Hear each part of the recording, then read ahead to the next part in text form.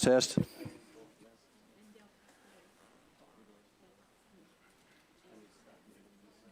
we okay? We're good? I think so. Okay. Good evening, everyone. Thank you for coming to board meeting tonight. We appreciate that. Appreciate your attendance. We'll begin with a reference by Keith Meekham, our Assistant Superintendent, and then our flag salute and pledge by Nancy Kennedy, board member, and then recognitions by Julie Taylor, board member.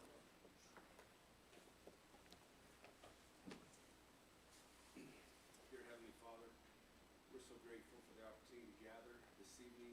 We're grateful for this school board, for the leadership they provide. We're grateful for their time and energy that they put forth to considering the needs of the wonderful communities that we live in. We're grateful, Heavenly Father, for all the employees, for their extra efforts that they put forth each day.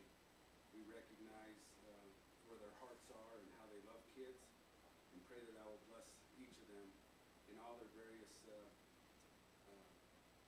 assignments and responsibilities. We're grateful for parents that support this great district. We're grateful for their support, their passion, for their guidance, for the love that they have for their kids, and wanting them to be their very best. And recognize that our hearts are together in our goal to help the rising generation be blessed. We're thankful for our kids. We recognize their strengths and their capabilities that they have. We pray that I'll bless each of them, recognizing that some need more support and love than others, but we're so grateful for each of them and the many hands that help support them. Now, Heavenly Father, we're grateful for the opportunity to gather together to discuss educational needs that will bless the lives of our children and families in this community. We pray that Thou will be here tonight, that we might be guided and directed, that we'll be peacemakers, that we'll be able to listen to one another, that we'll be able to make good decisions. Again, we're grateful to be able to be in this profession, to be able to bless the lives of kids. In the name of Jesus Christ, amen. Amen. Will the audience please stand? I Pledge allegiance to the flag of the United States of America and to the republic for which it stands, one nation, under God, indivisible, with liberty and justice for all.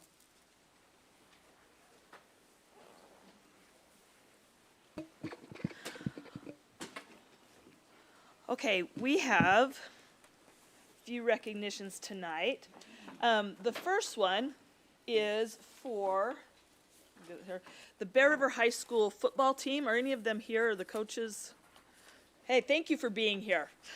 We want to recognize them. They were selected as the 4A Academic State Champions in 2024. And this award is given by the Utah Interscholastic Athletic Administrators Association, and it recognizes the team with the highest average GPA across the whole state. So they have their team took all their GPAs, averaged them together, and they're the highest team in all of 4A, which is amazing. And this is the first time the Bear River football team has won this award, and is a clear indication of the priorities and accountability from all the players, coaches, and parents. So congratulations on this wonderful achievement and representing your team and school so well. So thank you, and thank you for being here.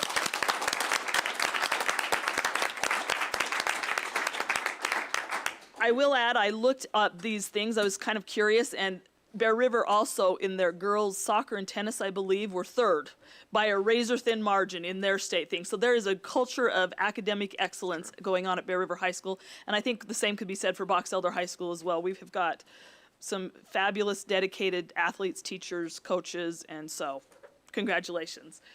Our next award is Teresa Hunsaker. I'll do it out. I've got more, Keith. Come on. Yes, we will shake his hand, so don't leave. I didn't see Teresa here, but Teresa Hunsaker, our child nutrition training coordinator, has been recognized by our colleagues for her diligent services toward the breakfast and lunch programs. They said her trainings and interviews are always joyful, and she is also a joy.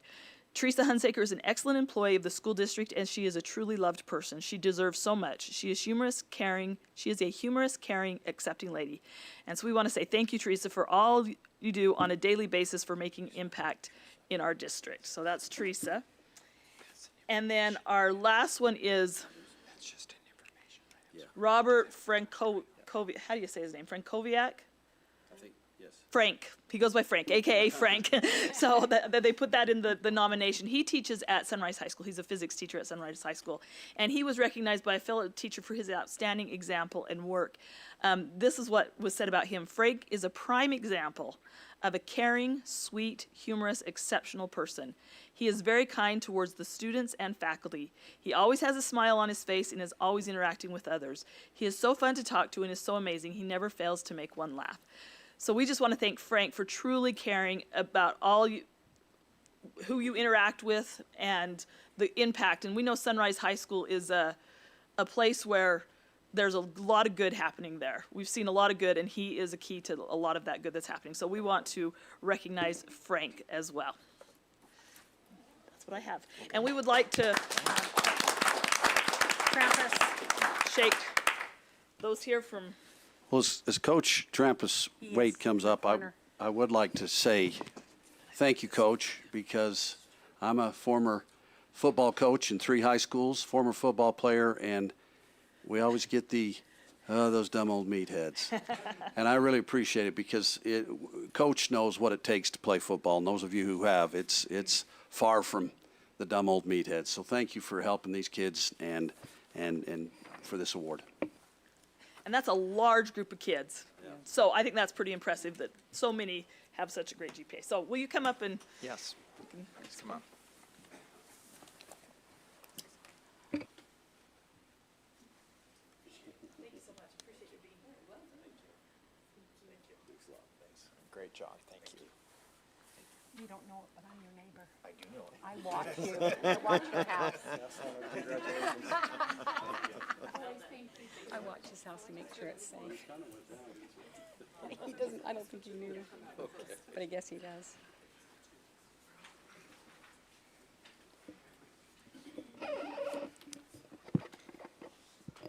Okay, we'll move along to the approval of tonight's agenda. Yes, President Waite, I would like to make a motion this evening that we move items M and E7, which are both closed sessions, move those directly following public comment, and move F1 just prior to add the action items, please. Okay, so we would do public comment, and then we will have our, the audit report, is that Yes, correct? yes. At that point, and then after that, we'll go into a closed session to discuss the 2 items. To discuss personnel and Sale, lease, real the property. lease of real property. Right. Okay. Okay, we have a motion by Connie Archibald, a second by Tiffany Summers. All in favor say aye. Aye. Aye. Any opposed? Okay. So that is our agenda for this evening. And so now we'll go into public comment, and there are no public comment on my list here. So is there anyone here that didn't sign the list? Okay. So we'll move on from there, and we'll go down to our audit report by Matt Geddes F1. and Squire Company. Okay, Matt, it's all yours. Thank you, Board, and thank you for having me here. It should be noted, we did previously meet with the Audit Committee and go over our audit report in more detail. But we've been engaged to perform an audit of the financial statements of Box Elder School District. As a result of that audit, we issue an audit opinion, and that opinion is that the financial statements present fairly in all material respects the financial position of the district. What that means in non-auditor language is, as a board, as management, and as users of the financial statements, you can reasonably rely on the information that's in there to make decisions. In addition to the audit of the financial statements, we perform an audit of federal awards. You receive a significant amount of federal awards throughout the year, and we select awards this year was the Education Stabilization Fund, or your ESSER and GEARS money, and issue an opinion on compliance that the district complied in all material respects with the compliance requirements outlined in uniform guidance for those federal awards. The final audit we perform is in accordance with the State Compliance Audit Guide. The Office of the Utah State Auditor issues an audit guide with specific state compliance requirements that the district is required to follow and that we're required to test. And we issue an opinion that the district complied in all material respects with the compliance requirements outlined in the audit guide issued by the Office of the Utah State Auditor. So overall, a very clean and positive report for the district. The district's in good hands. The assets and the activities have been accounted for appropriately and have been reasonably safeguarded. That was very quick, I know. Any questions that the board has? No findings to report. Can I just ask Matt a couple questions that he can help clarify? I think we have 10 people here, but hopefully there's a few more people online, and there's always a lot of misconception. We just had a bond issue, and there's a lot of misinformation out there about the district's not using the money like they need to, and they're doing this and they're doing that. Your company and companies like you throughout the state, you get training from where to know exactly what to audit in schools and what to look for. Can you explain that, just to explain how hard it would be to misuse public funds other than what they're set aside for? Can you explain that a little bit? Absolutely. And so we're trained accountants, so we receive our training. We're members of the Government Finance Officers Association. We follow generally accepted accounting principles, and the AICPA issues audit standards that we're required to follow. Specifically, Squire, and this isn't about Squire, but to give you an idea, Squire audits 22 of the 41 school districts in the state of Utah. That represents 70% of the public education funding in the state of Utah, just to mean we have experience auditing public education institutions. In addition, we audit about 40 charter schools, which are just additional public education institutions. So we follow government accounting standards and understand those very well. How hard would it be for the district to misuse funds? Audits are not absolute assurance, as I mentioned. They provide reasonable assurance that the district complied or used the funds appropriately. And so it's not absolute. So could the district misuse funds in an immaterial or insignificant way? Yes. However, from a materiality standpoint, we approach it from a risk-based approach. We understand the risks that each district has, and each district has unique and individual risks, and some risks are consistent across school districts. We ultimately select samples of those resources and funds and test those. You have a variety of funding mechanisms, right? There's property taxes. Some of those property taxes are very restricted in nature. You have a capital levy, you have a debt service levy. Those funds are only able to be utilized for capital purchases and debt service purchases. You have specific funds dedicated to those, to isolate those funds very directly and to utilize those funds only on those items. As part of the State Compliance Audit Guide, we're required to make sure that those funds are allocated to the appropriate funds. So we're able to test 100% of the receipts that you received from the county treasurer and ensure that those get allocated to the appropriate fund where they've been done. I can provide assurance that those funds have been recorded in the appropriate fund in accordance with the money that you received from the state treasurer. You additionally receive state funding that has some unrestricted funding specified to it, so the board has some direction and management has some direction on how they can utilize those resources, and then there's some restricted source resources. Special education, state special education is an example of restricted state resources where you're required to utilize those resources specifically and directly to those. Your accounting system accounts for those by program, and so we're able to track the revenues that come in and the expenditures associated with those and test samples related to those. In a similar fashion with the federal awards that you receive, you have programs. We're specifically required to select 20% of those expenditures that you spend on federal awards and test those each year. And the programs we test rotate from year to year. Was that more than you wanted, or was that enough? No, that was spot on. But I would like to add a little bit more, which I didn't ask. So this is Oh, another you're part, okay. new part of the question. How many auditors and how much time do you speculate it takes to do this audit on Box Elder School District? So we bring a team to your office. We bring 3, but in addition to that, we have people in the office that help us with it. And so 200 to 300 hours is what we spend.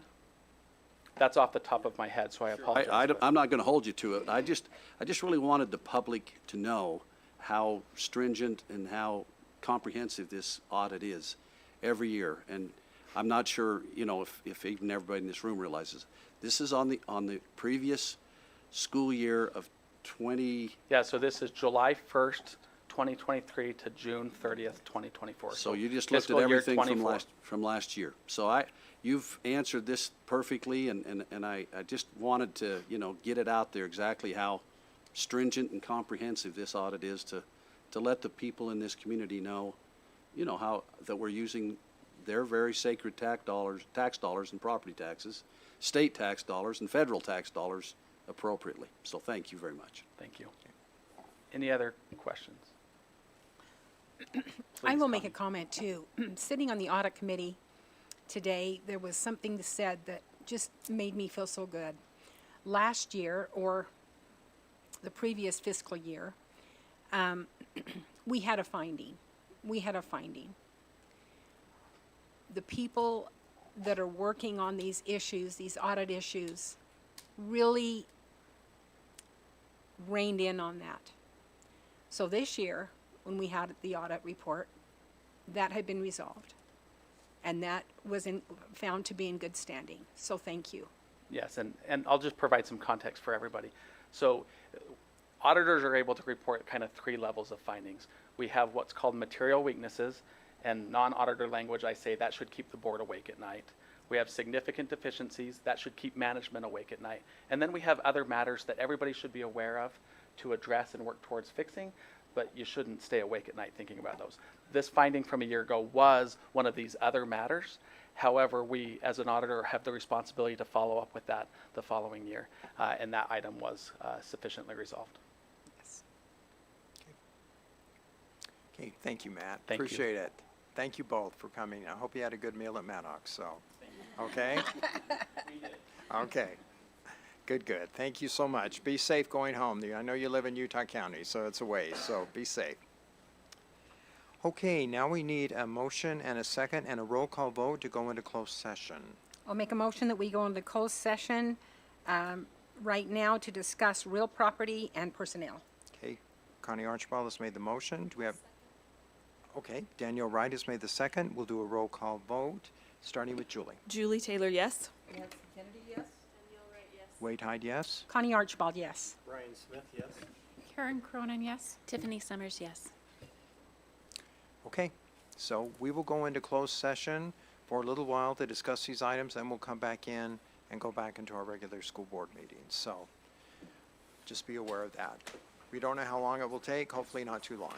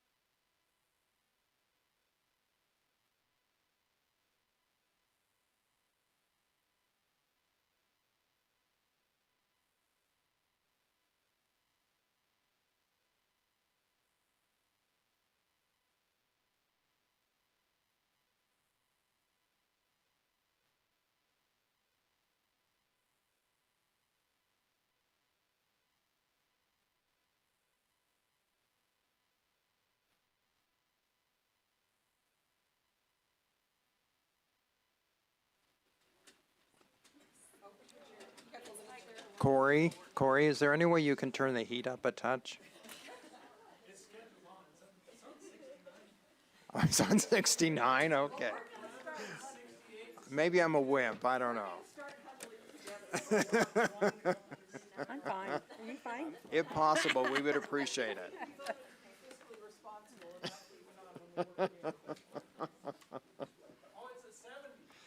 Oh, okay. Well, then we're okay.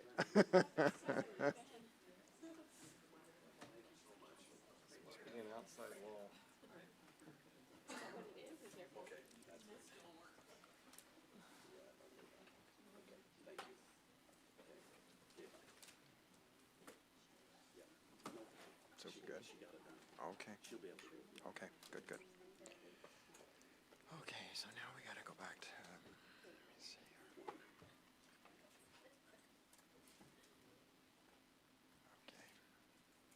Okay, so now we go to our action items, to E1. I motion we table this until Friday at 2 p.m.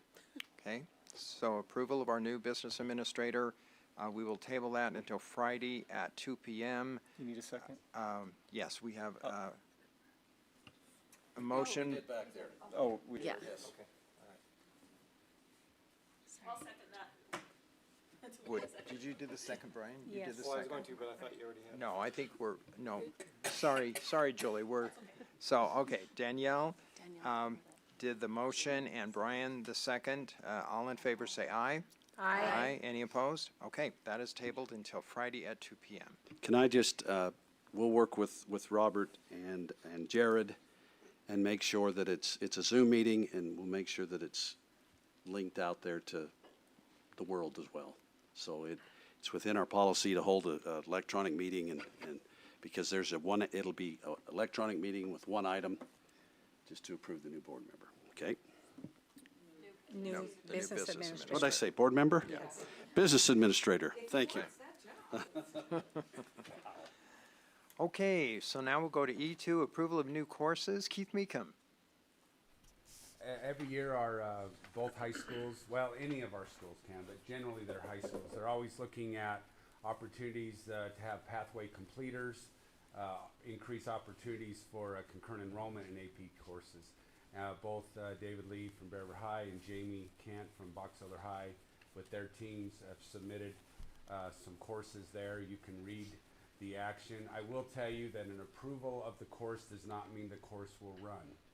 As you know, you can improve all the courses you want, but our kids are still the same, and they have to make choice. They think that there's interest. A lot of these are, year one, and then year two, a second course, which would continue down some pathways.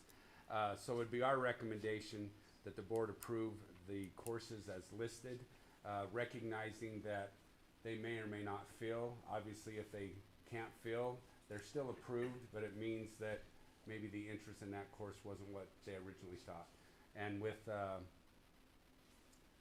master schedules being built and with registration right around the corner, we come to you today for approval of these courses for consideration. Okay. Any questions for Mr.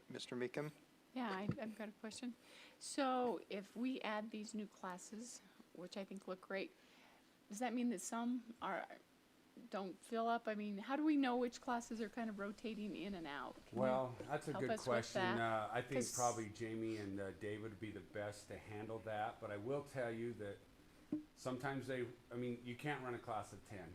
At the high school, we staff at 28 to 1. So in general, we want a class around 25 in order to run.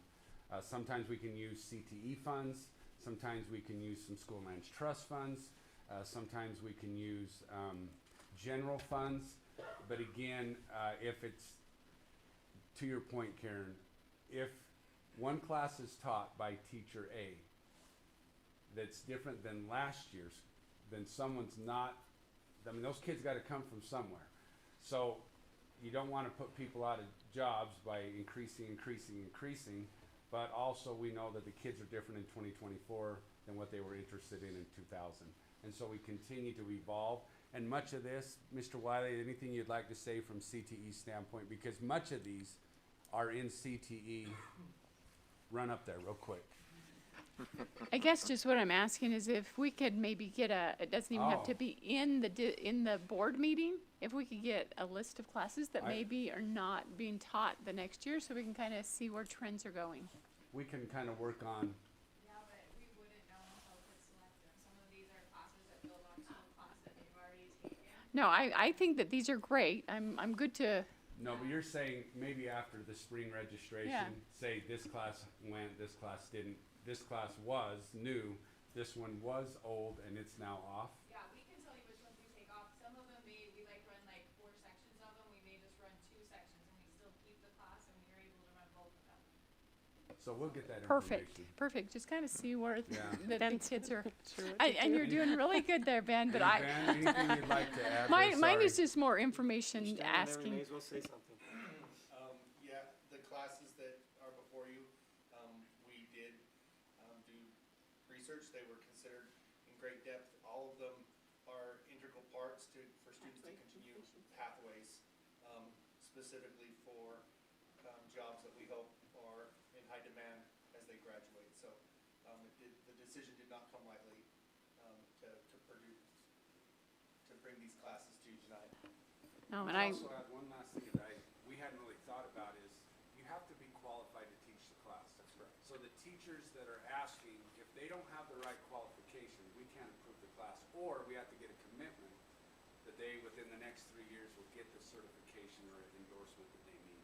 So we look at endorsement, we look at, does it fulfill a pathway, or is it something that is a need? And so we feel like these are definitely considerations, but I love that question. We'll find out who's fallen off and who's coming on. Yeah, that would be interesting. Yeah. Like that. I move that we approve, is that all right, President? Sure. I move that we approve the 7 courses listed for the Box Elder School District as was presented beginning the 2025-26 school year and beyond. I'll second. Okay, Tiffany Summers has made the motion. Nancy Kennedy the second. All in favor, say aye. Aye. Any opposed? Okay. That passes. Now, the next one, Keith, are you taking that one as Yeah, well? I'll just do real quick. Okay. Last month, the board did approve these competitive angler and angler club from both high schools. But what we didn't have in play at the time was the impact on the school fees. They both have brought them in. I think you can see that they were attached. One is $50, one is $30. Remember, the responsibility of the board is to approve a max. So you can be below it, can't be above it. So the max is $50. We're just asking for your approval as the board to make that adjustment on the school fee schedule. And then we'll let them know and they'll move forward. Okay, any questions for Keith on that? I move that we approve the amendment of the 2024-25 BESD general student fees and deposit schedule by adding a $50 maximum amount for each participant in the newly created competitive angler and angler clubs. I'll second. Okay, Daniel Wright has made the motion and Brian Smith the second. All in favor, say aye. Aye. Aye. Any opposed? Okay, that passes. Now, we go on to our district calendar, which is Keith as well. Thank you for giving us your help and insight on this. We have looked at a variety of ways to have an effective calendar. As you know, we always have one thing that always causes a little bit of pause, and that's called the Box Elder County Fair. So whenever that's scheduled, then we have to begin after that. A couple things of note. Last year, across the board, in lieu of a cost of living allowance to our employees where we just gave a 0.5 for certificated and a 1% for ESPs, we took off 2 days of their contract. And anyway, the feedback was that was awesome and appreciated, but kind of the downsides of that decision was the lack of professional development opportunities before school started. So what we've done is taken professional development days. We put 2 of them before this school year begins, and you'll see that kind of in the, I can't see it because my eyes are bad. Whoa, nobody can see that. It's in color. They are August 13th and 14th. Thank you, what she said. And then, do you want the March 16th date, and then we added one, we can do up to 4, and we're going to do May 29th. Yeah. So, the struggle, and my email to all of you was traditionally UEA break was 2-day holiday, the whole state recognized it. Well, now that that is eliminated, then it's kind of every LEA for themselves. This year, ironically, Cash is going with an October 9-10 along with Logan. Weber, which is going to the next weekend, a 16-17. That puts us kind of in a pickle. Box Elder would benefit a 16-17 because of who we play, and there's always a scheduling football game somewhere in there. For Bear River High, who competes with Cash, that would benefit them if we went earlier. Obviously, we did a little research, found out that 8% of our employees live in Cache Valley, 4% live in Weber, Ogden area. So if you're looking at it from an employee standpoint, there's more employees there. That doesn't mean we don't appreciate and love all the ones that come from Weber, but you know, when people work in other places, kids live, you know, you try to, but we're not all on the same page. And as I've reached out, I can't get either side to really care, nor should they, I'm just saying. So before we approve, or if you would like to go out for a vote to all the employees, I'll take whatever you'd like to do. My personal preference is probably, if I'm looking at strictly from employee, would probably go Bear River High and go with the October 9-10. But there is some feedback that some people like the Friday, Monday. Again, there's some pros to that, but there's also some cons to that. So I guess we're looking for guidance of, we're gonna disappoint somebody, and whatever the next steps are. We don't have to get this done this day, but if we wanted to, we could. If we wanna gather more information, we can. I think you know my feelings about parent input. I love it, but parents take their kids out when they want to take them because they're not all educators. So if they have vacation in September, they're going to take their kids out in September. But our employees, this is their fall break, and so I really want to hear what they have to say. Not that I discount parents' opinion about this, but I've never met well, I'll just stay right there. Keith, could I ask a question? Yeah. I guess I agree that I'd like to hear what our teachers, especially on the Friday, Monday, because if our teachers, I don't care what weekend, but the Friday, Monday, I'd be curious to see what teachers actually. Yeah. I would say I don't think we need to survey parents, but I do want to try to make as many employees happy as possible, that if they are a employee with students in another district, that they do get that time off with their children as well. I reached out to Keith previous, and the superintendent, because I had these similar questions. Is this year, I have had teachers and parents both say, you know, why did we do this weekend? Because that's not what Cash and Logan, right? So that's why I asked the superintendent if we couldn't revisit this. So thank you for doing that. But I would join with Tiffany in reaching out to teachers or educators and finding out how they feel about it and go forward after that. And come back for a vote in January. Yeah. So I would make a motion that we table the approval of the 25-26 calendar, district calendar, and ask that we do a survey within the district of teachers and see what is preferred there. I'll second that motion. Okay, Karen Cronin has made the motion. Connie Archibald the second. All in favor say aye. Aye. Any opposed? Okay. Thank you. So we'll put this on the agenda for next month then. Yeah. Okay. One more That's great. One more thought on that. Is spring break the same for Cash and Weber? Yeah, so far, we're all in the same month. Okay. That's good. For spring break, yes. That's Okay. good. Okay. Okay, so moving right along to our Teacher Merit Awards, and that is Superintendent Carlson. Thank you. We had a, Oh, I'm sorry. Did you say all employees or I only teachers? heard teachers. Did you want teachers or everybody? All employees. All employees. Yeah. Thank you. okay, last month, I introduced the teacher merit pay. Just real quick recap. In the 2024 legislative session, the legislature passed a bill that they wanted to put money, I believe they put $38 million towards a pilot program. And this program is set up so that the teachers that scored a certain level would be able to receive extra money. If they were in Title I schools, they could actually receive twice as much. And it was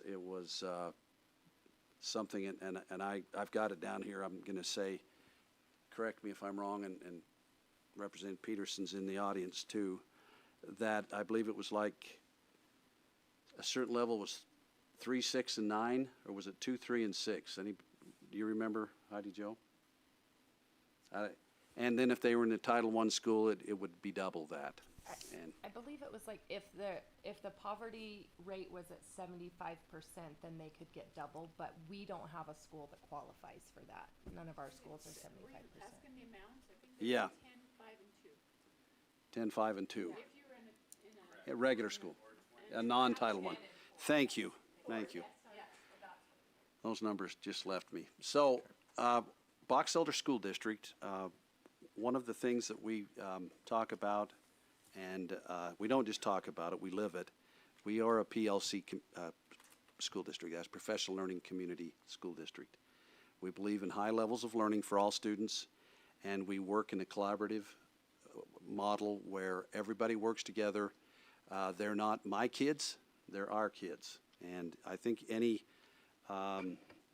teacher that you talk to, especially in the elementary, if they're second grade teachers at Garland or Lakeview or wherever they are, the teachers all feel like they're all their kids.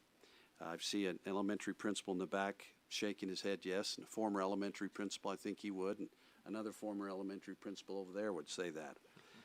They also divide the kids up during the day, and one reading group might go with this teacher, another reading group might go with that teacher, and they end up, all teachers have an effect on all kids. This would, we feel like, is very disruptive to the collaborative model, and so I'm going to make this short. As a superintendent, I am not recommending that we go into this pilot. I'll also say that the northern superintendents, last night, Logan School District voted to not join the pilot. Canyon School District had a really nice article in the paper. They voted to not join the pilot. I do know Granite School District, at least their superintendent said they were going to. Cache Valley School District, they have not voted. I think they do next week, and maybe it's this week. Their superintendent is probably even more committed to not going into this pilot, as well as Rich, and we kind of have a little consortium, the superintendents in the north end of Utah. And so with that in mind, our hope is that the legislature will look at this, and very possibly we'd like to see them reward teams. We also have another thought that if they want to set aside the money, we can have teachers put their name in, send them into the State Board of Education, and if their numbers are such that they have a good teacher evaluation, principal evaluation, they have a good survey from parents, and their state scores on their state tests are high enough that they would be able to get this compensation. A part of the problem is, I think we've looked at it, and about only 50 to 60% of our teachers would qualify for this. Isn't that what we've figured? how it's written Would currently. qualify because of the state testing. Not that they're not great Yes. teachers, but Yes, because thank they're- you. Thank I you just for- wanted to make sure that Thank you that for was. clearing. It's They tied, wouldn't it is eligible. tied to a state standard score. Yeah.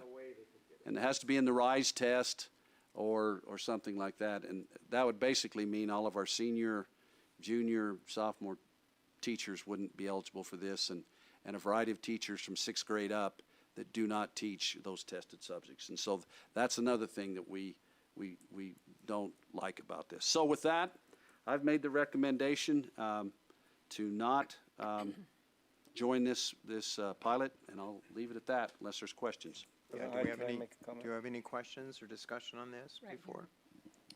Could I make a comment? Brian? Oh, sure.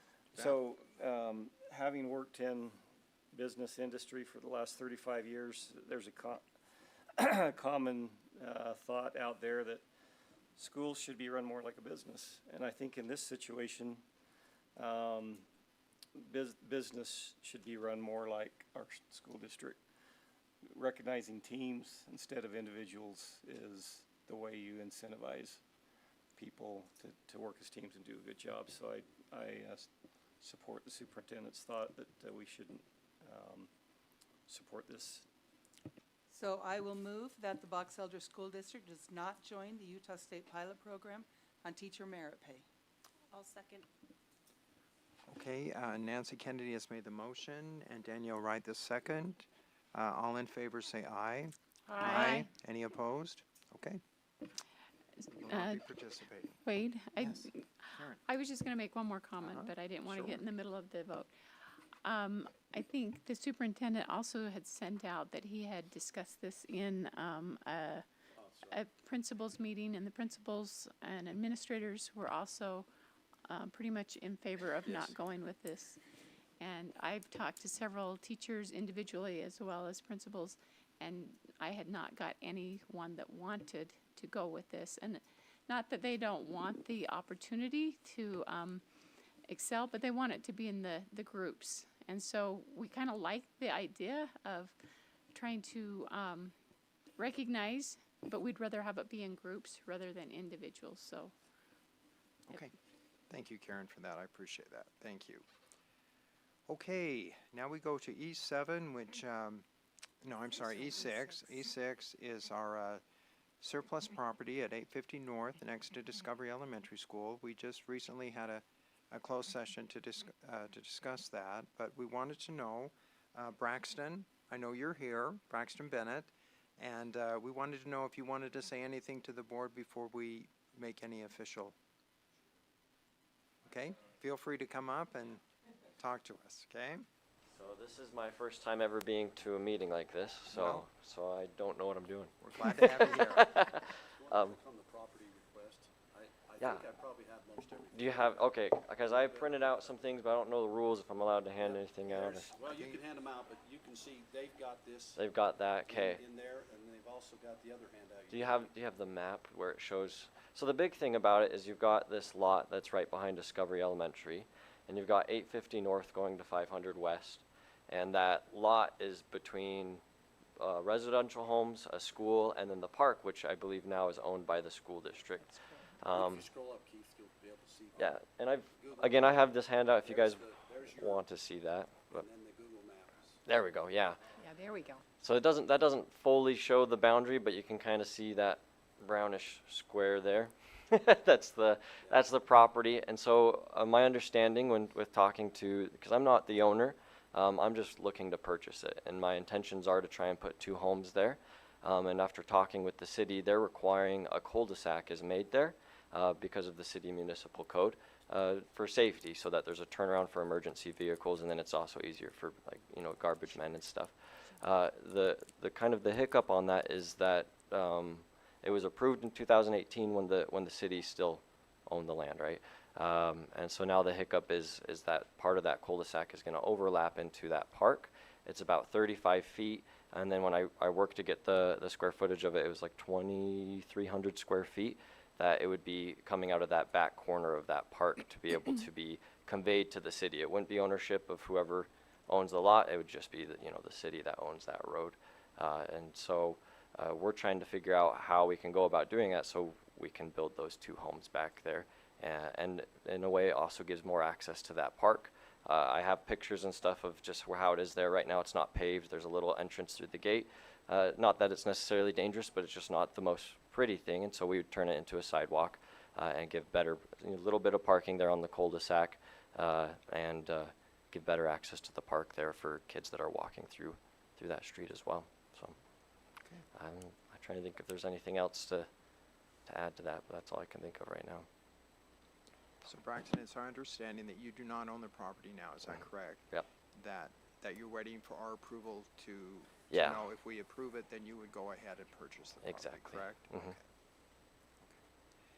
Okay. Any questions for Braxton?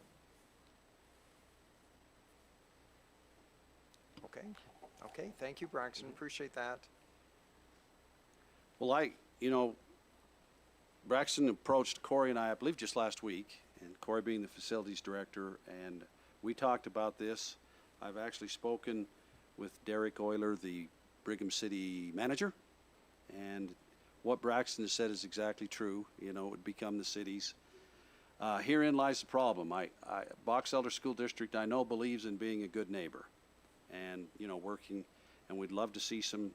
And as Braxton, I don't know if he said it, but this is kind of some smaller homes. However, as I've told the board, I do not see a positive for Box Elder School District and Box Elder students. So I had to share that with the board. So that's, I leave that in your hands, and I just need to be straightforward. I think talking to Braxton, what a great young man, but I still have to, do my job. So thank you. So Braxton, as a neighbor and a friend, have you traipsed around that property?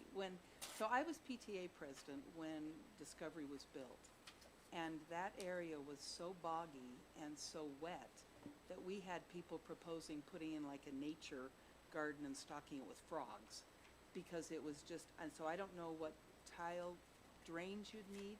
And our other concern is there is a very good possibility that we will have to enlarge Discovery. And granted, it's 39 feet, but that's 39 feet that is really critical to having to be able to expand the school. So I have real concerns about that property, because I think we have to hold it to be able to do something with the school. I'd love to see you find some better property. And I don't know if you found the bog and the wet like we had, but. It wasn't too wet. I haven't done any ground tests at all.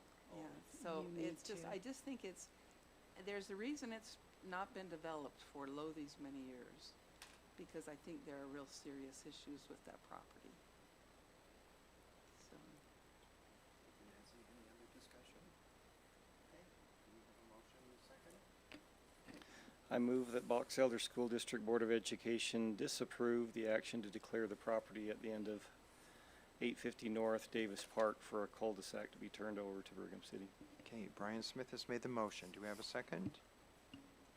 I'll second that. Okay, Connie Archibald has made the second. All in favor say aye. Aye. Aye. Any opposed? Okay, thank you. Okay, now we'll go on to our information items. We've already done F1, so Sherry, F2. Okay, our financial report. Just looking at the financial report, we're all still good standing. Sherry? Oh, sorry. It's the monthly financial report. Yeah, sorry. Is that the first one, Keith? Is that the one with the PDF? Yes. So, we're still just, neck and neck with the last year. Last month, we talked about the bus on page 3. We sold that bus, those buses, and we put it there, and it made us go into the negative 106,000. Well, after looking at that, I got thinking, that's not really the appropriate place. After I did some research on it, it still is bus under that, but when I was looking at the budget of 5,000, I'm thinking, we aren't going to spend just 5,000 on buses just in the general fund. So we went in and fixed all that. So we moved all the buses that they're purchasing to page 6. It's line 163. So we moved that money into that, and that's where all of our buses will come out of. So we have that we had $106,000 kind of a credit. That's why it was a negative. We've already paid for one bus of $138,000. So we still have, so it still shows as a negative, kind of as a credit in there, because that is an expense. So it will show as a negative in an expense account because it was cash being put in. But that was really the only thing that I saw. Does that make sense to you guys? So I'm glad we kind of talked about that. So it got my brain, thinking about that it should have really gone in capital instead of the general fund. So we got everything moved out. So as the buses are ordered and they come in, we've got it moved so it'll be paid out of the correct account. So that was a change there. I also sent today, as Matt kind of talked about the audit, so you all have the fund balances for the year, what it started as and what it ended as. Connie had a question about the negative amount in child nutrition, and that is because child nutrition, when it was COVID, we collected a lot of fund balance because it was free. We were still getting money, but everything was free. And so child nutrition can only carry over so much fund balance, and then it has to be spent. So they've been trying to spend that down a little bit so that we can stay in compliance. And so that's the only reason why that shows as a negative, is because child nutrition is a little bit different than all the other fund balances. Does that make sense? So that will show as a negative, which we're going in the right direction for child nutrition. So any questions on any of that? I'm not a very good explainer, so I'm not ready for questions. Great, Sherry, great. Okay, that's all I got. Thank you. Okay, thank you, Sherry, appreciate that. Thank you so much. Okay, are there any board committee reports for this past month? I guess I could comment on the Jubilee of Trees, and Oh, I that should would have be I great. should have gotten numbers from Marcy. I'm sorry. Maybe we could have her email those out or something. But it was a great success. More tables. We had more tables filled this year than last. We had more Christmas trees available to sell than last. And the Box Elder High School Madrigal Choir was just phenomenal. They came and supported us for 3 nights in a row. Every kid was there 3 nights in a row, and they just were fantastic. Provided such great entertainment, and we took them donuts that next week. They're just a great group of kids, and Mr. Larson, Dr. Larson, is really fantastic. Anyway, so we are grateful for them. It was a great weekend. Okay. Thank you, Tiffany. Thank you. And I understand the superintendent bought a beautiful, was it University of Utah tree or It was a USU tree. It was blue. USU tree? I forget. I cannot believe that you would even let those blasphemous words cross your lips. Rise and shout. No, BYU tree, right? I saw it. It was a beautiful tree. Beautiful tree. So, At the behest of, I still have bruises in my back from my wife poking me. Go ahead, bid. Go ahead, bid. So I felt like I had this evil, because I'm fiscally pretty tight, and she is less so. The funny thing is, she just finished her Grinch tree like 2 days before. So anyway. okay, now you got 2. Yeah. All right. You did a good thing, Soup. So, Wade, Yes. so we just had our Bridgerland meeting end of the year. There are no increases for fees for high school students. So take lots of classes. We're all signed up with that. Perfect. Anyway, things are going well. I've been to 2 higher ed meetings, USHE Higher Ed, and they all started off every meeting with, there won't be any money at the legislature, so suck it up. And Bridgerland does, the way they've realigned things, Bridgerland now is a part of USHE and part of the State Higher Ed Board, which I really don't think it should, none of the tech colleges should be there because we're on a whole different plane than like the U of U. But they have a lot of great programs and a lot of good opportunities, and high school kids will bus you over, and there's no increase in fees. All right. That's And great. they're having a really cool class for $350. You learn to make metal work and metal flowers and really cool stuff. I'm thinking about doing that. It looks Hey. fire and good times. Okay, thank you all. That's great. So now, our Easton Johnson, our student board member from Bear River High School, is going to do his report. Thank you, Easton. No problem. Box Elder wrote me up another paragraph that I was able to get a hold of. So they say, we are currently in the midst of our Christmas assistance fundraiser. We are once again raising money for Make-A-Wish and have been able to raise over $6,000 so far with a goal of $15,000. In order to do this, we have planned many student and community activities to bring awareness and support for our cause. Our Wish Kid, the face of our promotion, is a Box Elder student herself, and we are so lucky to get to work with them to help raise money for this amazing cause. And for those that don't know, Make-A-Wish is a program that benefits off of, obviously, charity, and they collect money so that they can make little kids' wishes come true. So kids that are maybe don't have as high of a life expectancy, or kids that get diseased early, or come down with cancer or different things, they raise money for them so that they can make one of their biggest wishes come true. So Bear River, we're also working with Make-A-Wish right now, and our fundraiser, we've got 2 weeks of fundraiser weeks going on right now, and we also have a kid from our community that we are raising money for so that he can go to Hawaii.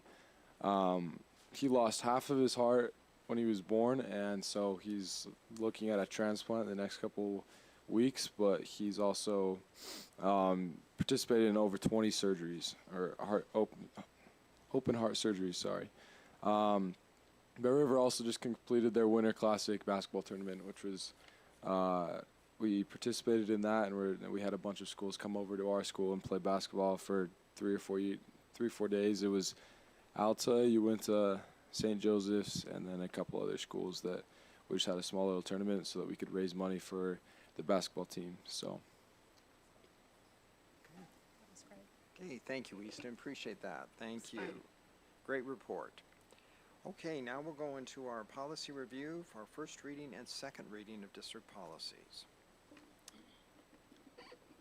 I just have 2 comments.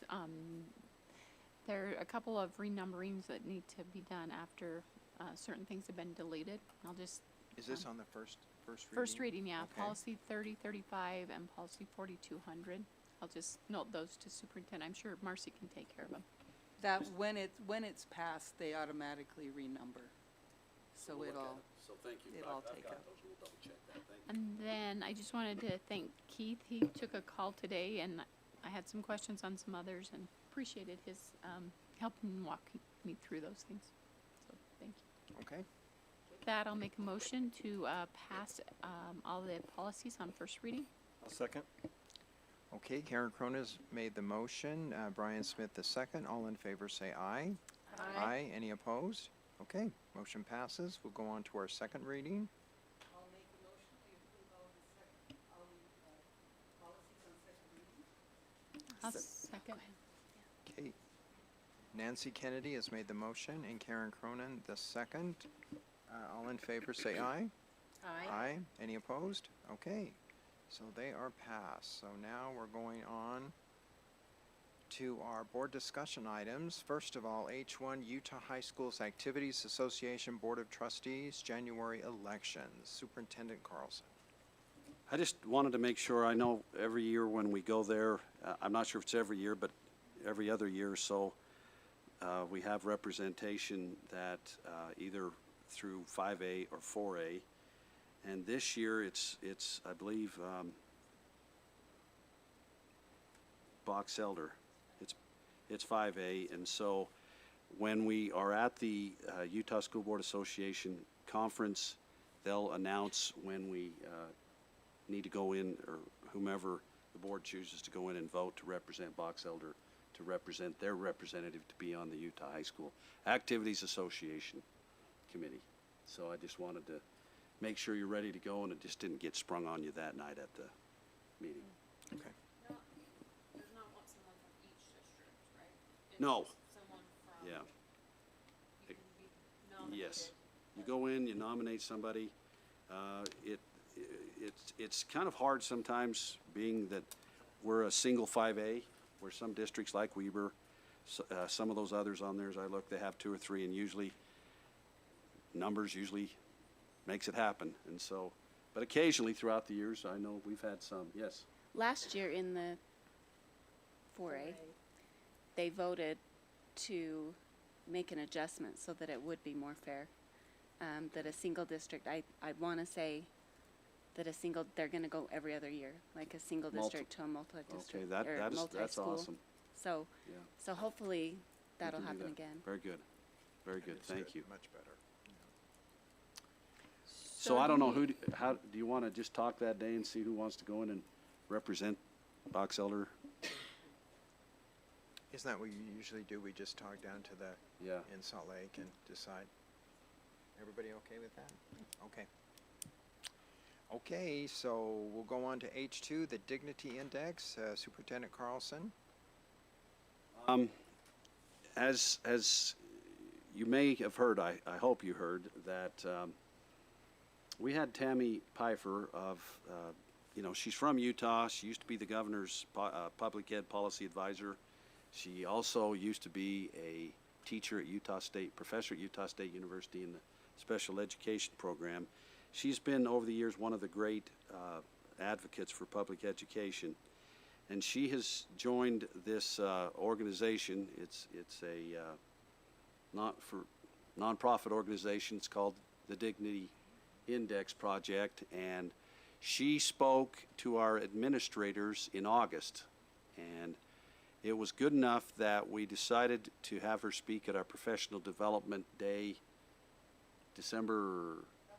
November 1st. Has it been that long ago already? Wow.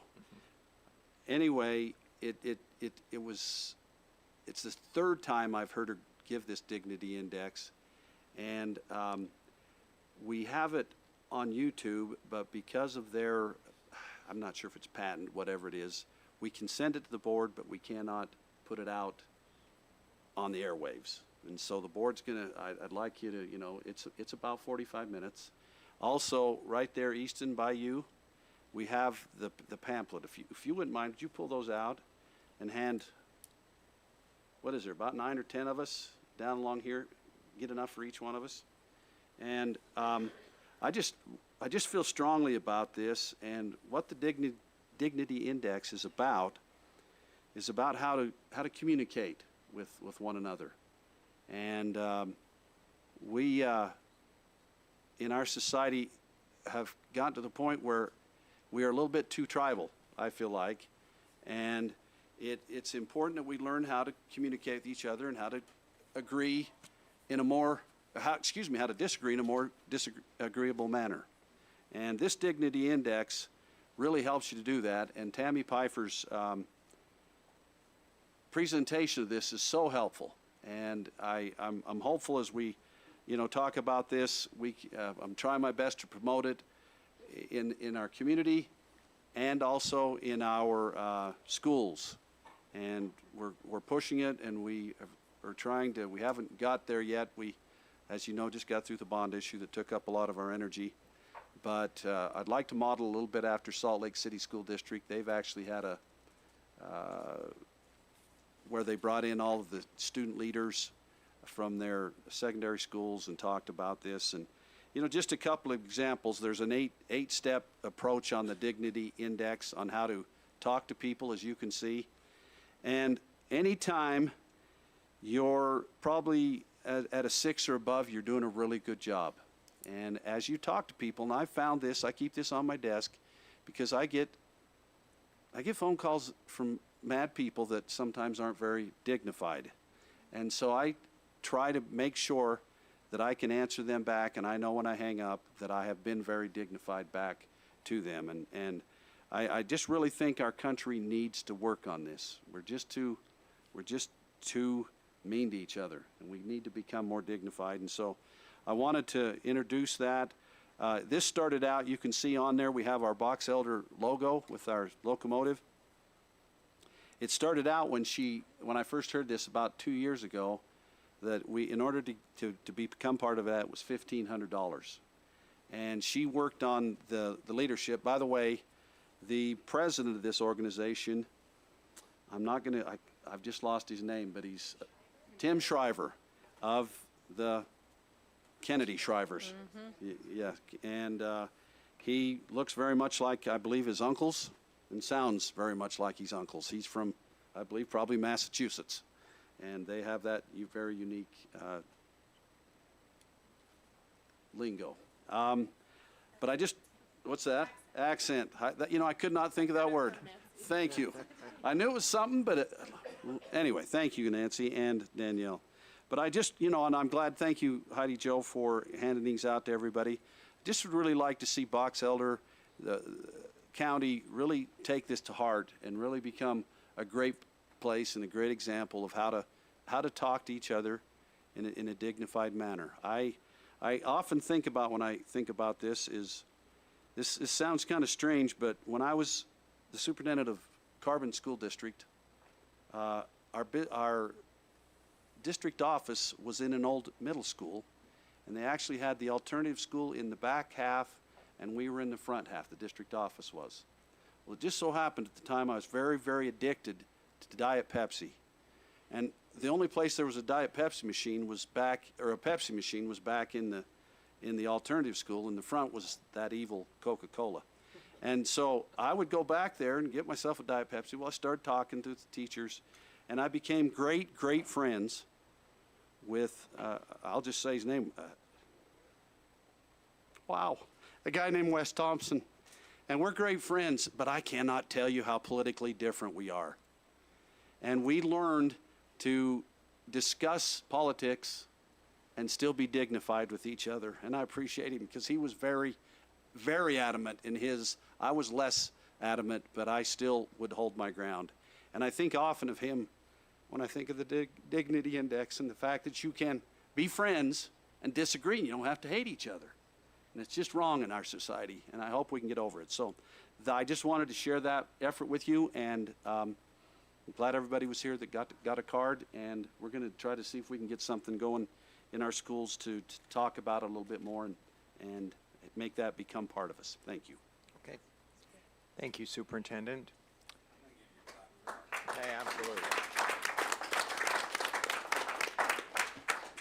Superintendent, are you going to send the link for us? Yes, okay. I wanted to have this little discussion, but we'll get that sent to you.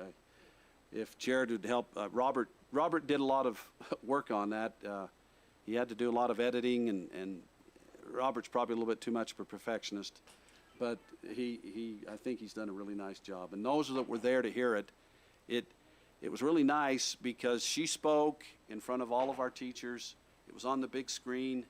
And it just was really a really cool event, and we had really good feedback from our teachers in talking about it. So thank you. Okay, at this time, I would like to welcome, first of all, Connie and Nancy's families. They're here tonight. Thank you for coming. We appreciate that. And we have a very special presentation that Superintendent Carlson is going to do at this time.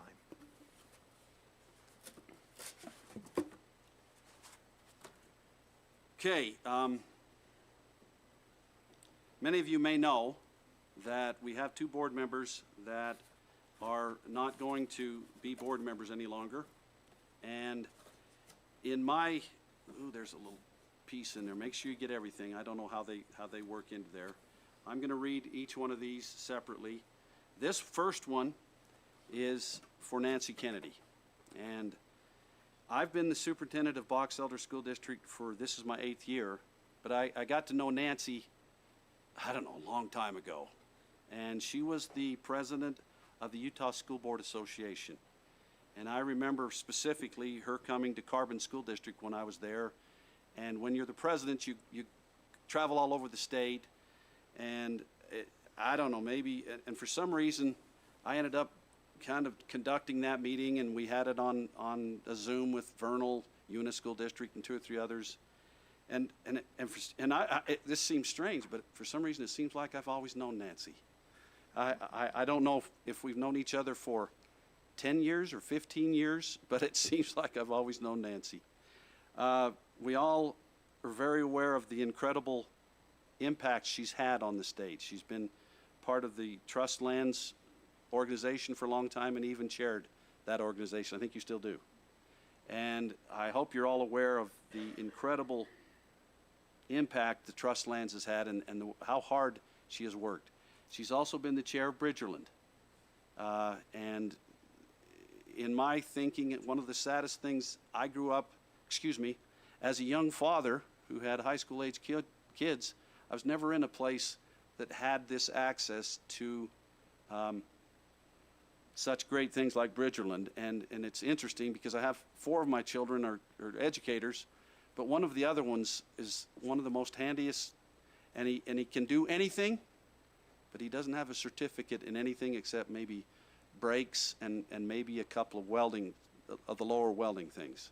And if he'd have been here, I know he'd had a pathway and his life would probably be a little better.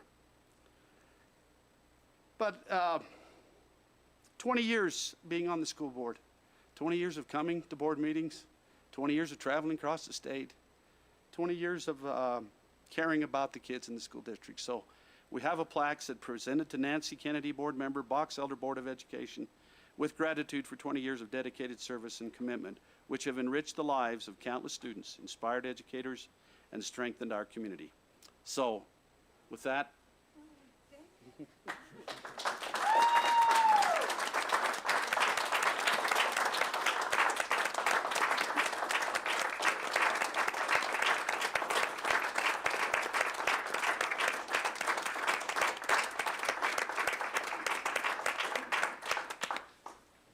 do you want to say anything? Yes. Don't I always?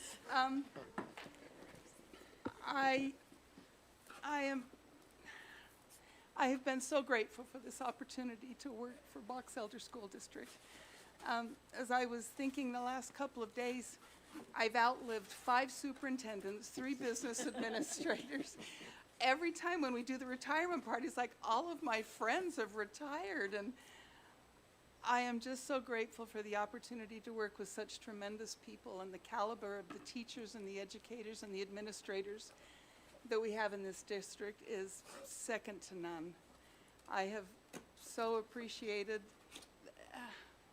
so many people that have enriched my life and have helped me and helped make me the person I am, and I'm so grateful for my family. I was not expecting this, and I am so grateful for the little ones that sit quietly and the big ones.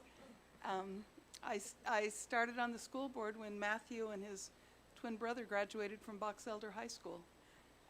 I started that, and then Caroline and Rachel. Daniel had already graduated, but it's been such a great opportunity to be in the schools, to be a part of things. I sewed costumes for all the high school plays so I could sit at the back of the auditorium and see who was flirting with my kids. Kind of keep an eye on them without hopefully them thinking I was there keeping an eye on them. Just the PTAs and the parent groups and the community, it's been a great opportunity. And it's a horrible sickness, but I even love the legislature. I think I'm going to miss that probably most of all, how just strolling the halls and cornering people and saying, let me tell you about education. And serving on this state officer for USBA has truly, truly been a magnificent opportunity. Thank you all. You're my friends. I don't know what, I bought a new calendar for next year, and I did not go through and write on the second Wednesday of every month, and it's like, what the heck do I do now? So anyway, thank you. Metal flowers, and I may clean the house. It's been a long time, but we may have to actually do that. But anyway, it's been a great opportunity, and thank you all.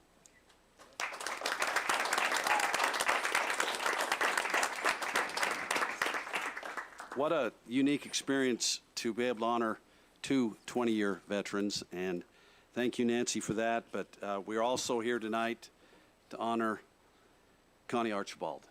She served for 20 years, and it's bizarre.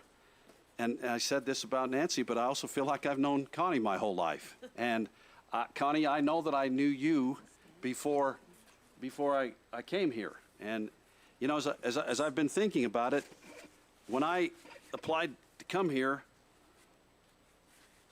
I kind of felt like maybe Box Elder was just a little bit above my reach. But I think that it was the fact that I've been able to meet people like Connie and Nancy and meet them and get to know them, and they got to know me. But they're such great people. And Connie, I probably weigh anywhere from 10 to 15 pounds more than I should, because so often she brings treats. And they're such good treats, but low-cal is not in her vocabulary. And, you know, I just as I looked up, I saw Dale in the back. And, you know, we've been fortunate enough to go on a few national conferences, and Dale's been there. And, you know, I feel like Connie's like, I hope she doesn't take offense to what I'm about to say, but I kind of feel like she's like a big sister. And I think she's about my age. I'm not even sure. I think might be a year older, but I still feel like she's like a big sister or an older sister. And she's just so positive, and it's been such a joy to be on the board and to be the superintendent for the Board of Education. And you know, it's a unique experience to be a superintendent, because I have right now 8 board members that are my bosses. In another month, I'll have 7 board members that are my bosses. But I'm so dang lucky to have 7 people that we have the same cause. And Connie's one of those that just loves kids, and she loves the adults that she serves. And it's just so awesome to work with such a positive lady, you know, and all the things she's done, the commitment she gave to, and still giving to Tremont City, all the work that she did there. I just know she created some things out in Tremont City with McKinley Elementary, and you know, I still get to see pictures once in a while or videos of the things that go on at Tremont City, and she created that with that school, to get them to come and to have them honored at the school, and just to bring goodness and light and joy into the Tremont City offices. She has been on the board of directors for the Utah School Board Association. She it used to be in the fall. Now we're going to go early. We'd give up a Friday of our lives and a Saturday and go down to what's called the USBA Delegate Convention, and that's where all of the delegates from all of the school boards in the state, they send a couple people, and they go and they make the commitments that they want to try to work with the legislature to see if we can improve public education. And Connie's always, seems like always. How long have you been going down to that particular meeting? Long time. Long time, probably before I came around. And it's just been a pure joy to be able to serve with a couple of folks like this. It's always scary as a superintendent. The people that hire you end up sometimes coming and going, and the next thing you look around and you're thinking, you're thinking to yourself, are they thinking, why did that other group of people hire this idiot? So it sometimes you feel like you're losing, you know, your background. So I just don't know how I can say anything better about Connie, and just say thank you for being such a great friend and being so positive and having such great energy. We have the same plaque. I won't read it again. It seems like it's such a small thing to give a plaque to somebody who served 20 years of their life. Every second Wednesday of every month for 20 years. That's just the regular meetings, let alone everything else. I mean, think about the impact of every second Wednesday of every month for 20 years. And it's a great commitment, and thank you. Thank you very much, Connie. Thank you.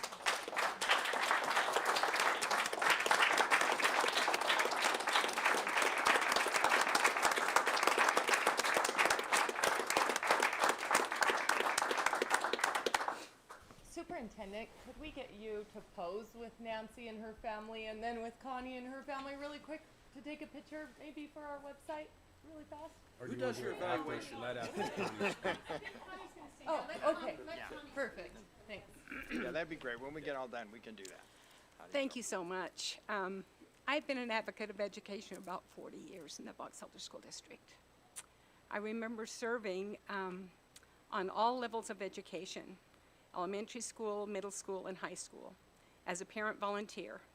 And then after all of my children had graduated, and I'd been to probably hundreds of board meetings at that point, I took on 20 years as a member of the Board of Education.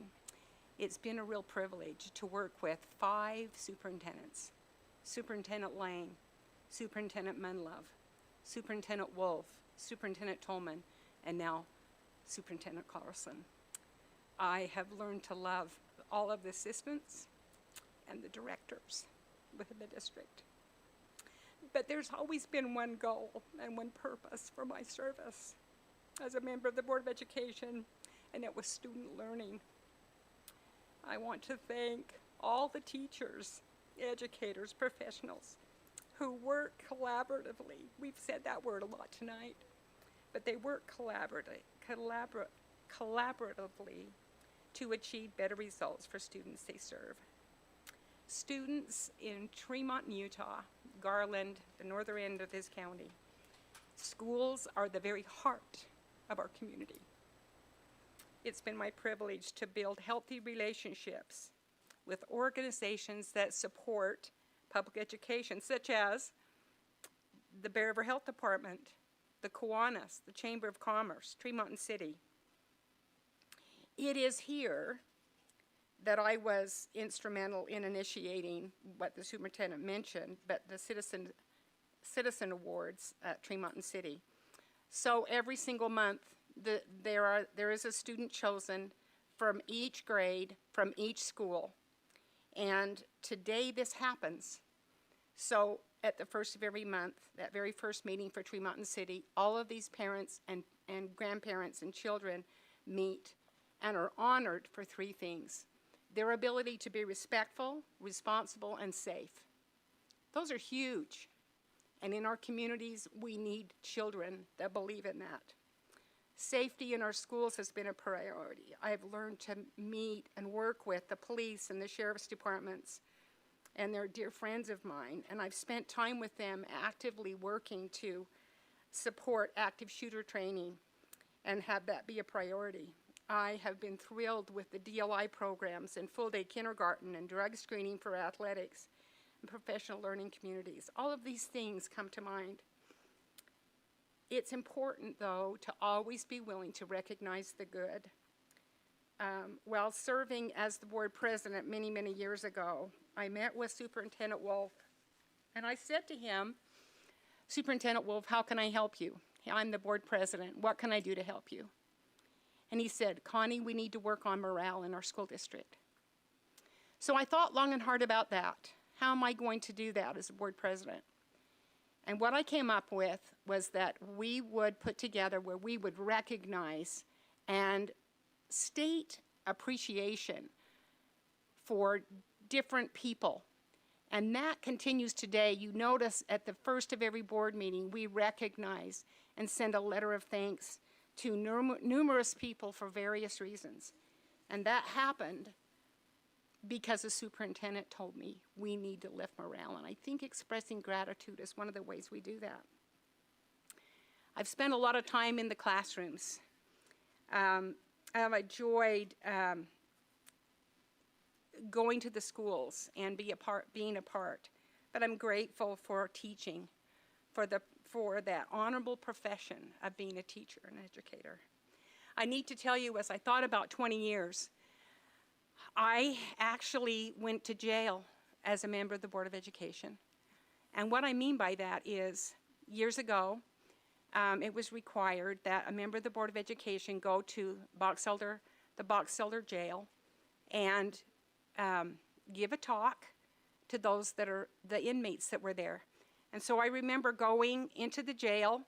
I walked in. I'd never been to the jail before, but I walked in, and as those doors clanged behind me, I looked around, I saw bunk beds, I saw inmates talking to their loved ones, and I remember being in a little tiny room, and in came these graduates, and they were in cap and gown, and it was humbling. They were so happy to receive a graduation diploma. I want to salute all the board members that I've served with. Each one of them have blessed my life. The power that happens is because of this board. There is no power in myself. The power is in the Board of Education. In the past 20 years, I have to tell you, I'm pretty happy about this. In the past 20 years, I've missed 2 meetings. 2 in 20 years. I've been very dedicated. I've tried really hard to be here. And I recognize that this board delegates authority through written policy, and then we monitor performance toward district goals and act as trustees for the educational community. And there's one of the last things I want to say. There have been many times as a member of the Board of Education that I needed to proceed with courage, knowing, feeling what's best for the students of this district. Thank you all. I will miss it, but I have nothing that I would ever hold back. I have loved serving the county as a member of the Board of Education. Thank you.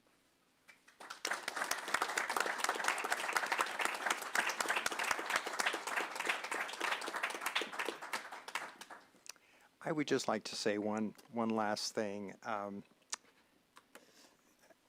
I graduated from Box Elder High School when dinosaurs ruled the earth. It was many years ago, many years ago. And it was funny, I was looking in my old senior yearbook, and they actually had a picture in the leadership section of the yearbook of the Board of Education. And it was 7 old men with black suits and skinny black ties, no women at all. And I tell you, I've been in Box Elder School District for 46 years, and these 2 ladies truly broke that glass ceiling, and they should be proud of that, because I believe because of them, we have now 6 females and 2 men on the board. And mothers need to be, and we don't have a skinny tie.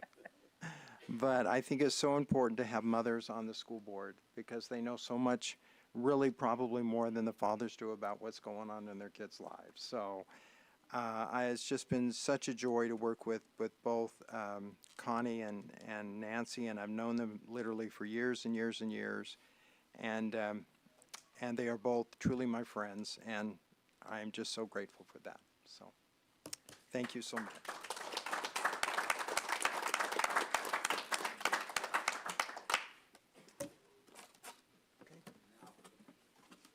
So now the picture, we can do the picture now, okay?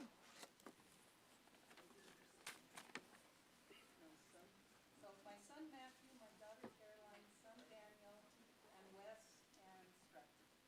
Does the rest of the board want to stand behind them? Yeah, that's That would be nice, sure. That'd be great.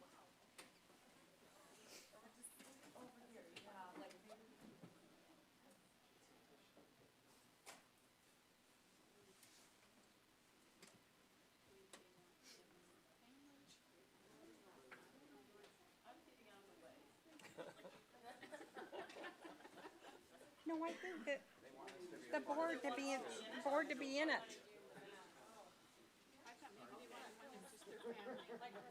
Yeah.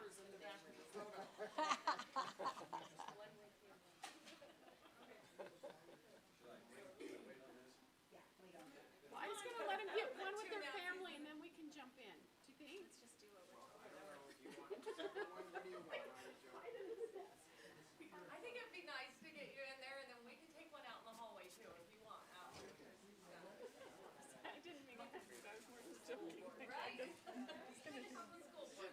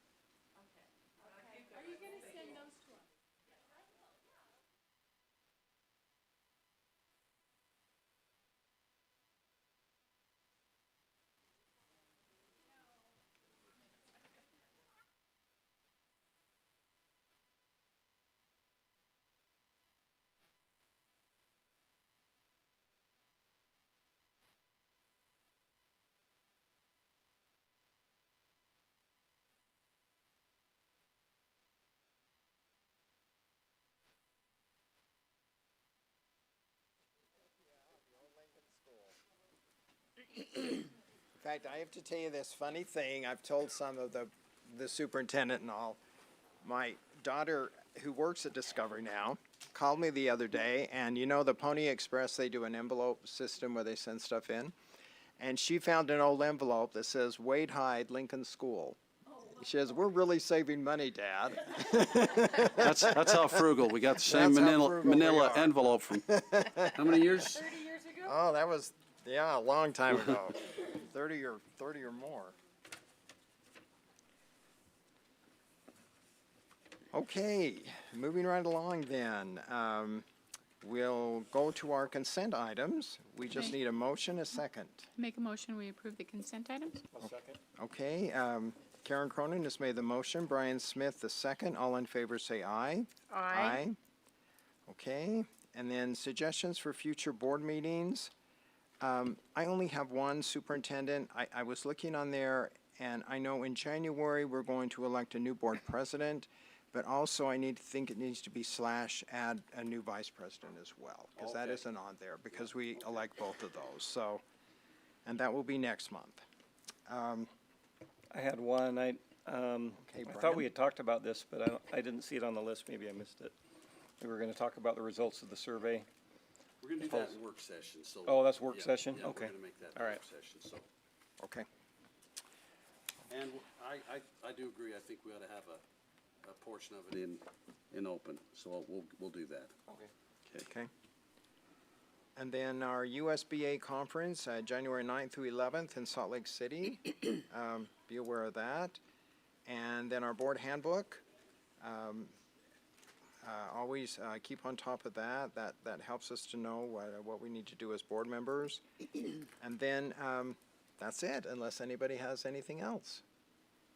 Okay, so we just need a motion and a second. Make a to adjourn. motion to adjourn with a big thank you again to Connie and Nancy. Okay, absolutely. I second that. Okay, so we have Karen Cronin making the motion, Tiffany Summers the second. All in favor say aye. Aye. Any opposed? Okay, we are adjourned. Thank you all for coming. Thank you.